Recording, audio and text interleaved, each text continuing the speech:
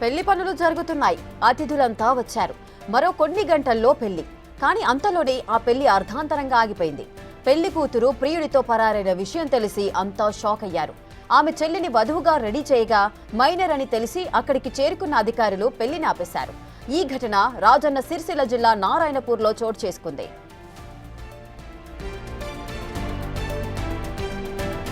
నారాయణపూర్కు చెందిన యువతి అనితకు హుస్నాబాద్కు చెందిన మొగిలితో పెళ్లి నిశ్చయమైంది.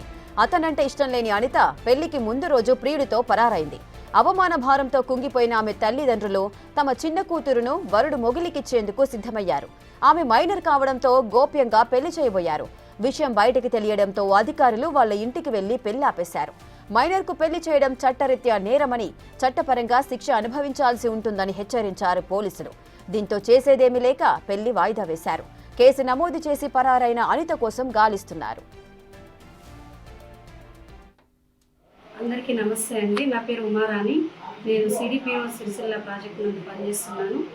నిన్న అనగా 14 మే రోజున చైల్డ్ లైన్కి ఒక బాల్య వివాహం జరుగుతుందన్న సమాచారం అందగానే ఎల్లారెడ్డిపేట మండలము నారాయణపూర్ గ్రామానికి చైల్డ్ లైన్ టీము మరియు డీసీపీయూ టీము, ఎంఆర్ఓ గారు, పంచాయత్ సెక్రటరీ గారు, మా సూపర్వైజర్ గారు, తర్వాత ఆర్ఐ గారు, పోలీసు వాళ్ళందరం కలిసి అక్కడికి చేరుకోవడం జరిగింది. అక్కడ అమ్మాయికి 18 సంవత్సరాలు నిండినందున బాల్య వివాహం అని గమనించి అది నిలిపివేయడం జరిగింది. అంతేకాకుండా అక్కడ ఉన్నటువంటి వాళ్ళ తల్లికి మరియు మిగతా అక్కడ ఉన్నటువంటి అందరి వాళ్ళ కుటుంబ సభ్యులందరికీ కూడా బాల్య వివాహం చేసుకోవడం వలన కలిగే నష్టాల గురించి కూడా వివరించడం జరిగింది. బాల్య వివాహం చేసుకోవడం వలన ఎర్లీగా ప్రెగ్నెన్సీ రావడం జరుగుతుంది. మరియు రక్తహీనతకు లోనయ్యి లో బర్త్ వెయిట్ బిడ్డ పుట్టే అవకాశం కూడా ఉంటుంది. దీంతో మ్యాటర్నల్ డెత్ కూడా జరుగుతుంది. కావున తల్లికి బిడ్డకు ఇద్దరికి కూడా ఇది ప్రమాదకరం కాబట్టి, మరియు అవగాహన అంటే జీవితం పైన కూడా అవగాహన లేక అనేక ఇబ్బందులు ఎదుర్కొనే అవకాశం కూడా ఉంటుంది. కాబట్టి చిన్న పిల్లలకి అంటే 18 సంవత్సరాలు నిండకుండా కూడా ఎవరైనా వివాహం చేస్తే అది చట్టరీత్యా నేరము. 2006 చైల్డ్ మ్యారేజ్ యాక్ట్ ప్రకారము ఖచ్చితంగా జైలు శిక్ష కూడా ఉంటుంది. ఈ విధంగా అందరికీ కూడా మేము అవగాహన కల్పించడం జరిగింది. రేటిక మరో కొన్ని గంటల్లో పెళ్లి జరగబోతుండగా పెళ్లి కూతురు తన ప్రియుడితో కలిసి పరారైంది. దీనికి సంబంధించిన పూర్తి డీటెయిల్స్ మా ప్రతినిధి శ్రీనివాస్ అందిస్తారు. శ్రీనివాస్.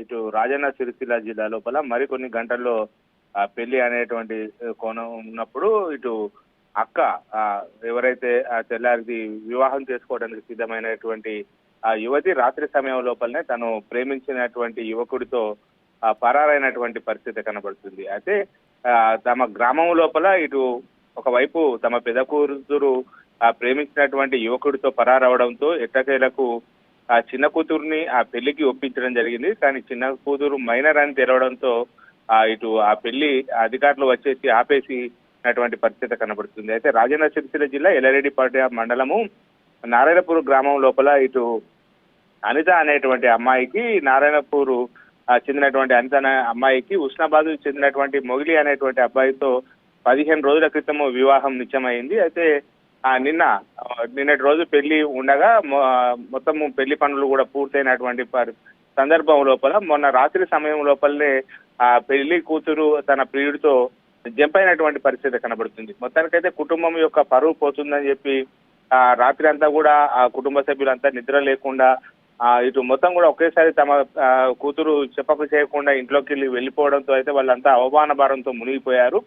అయితే ఆ పెళ్లి అబ్బాయిని ఒప్పించి తన చిన్న కూతురుని ఇవ్వడానికి సిద్ధమయ్యారు.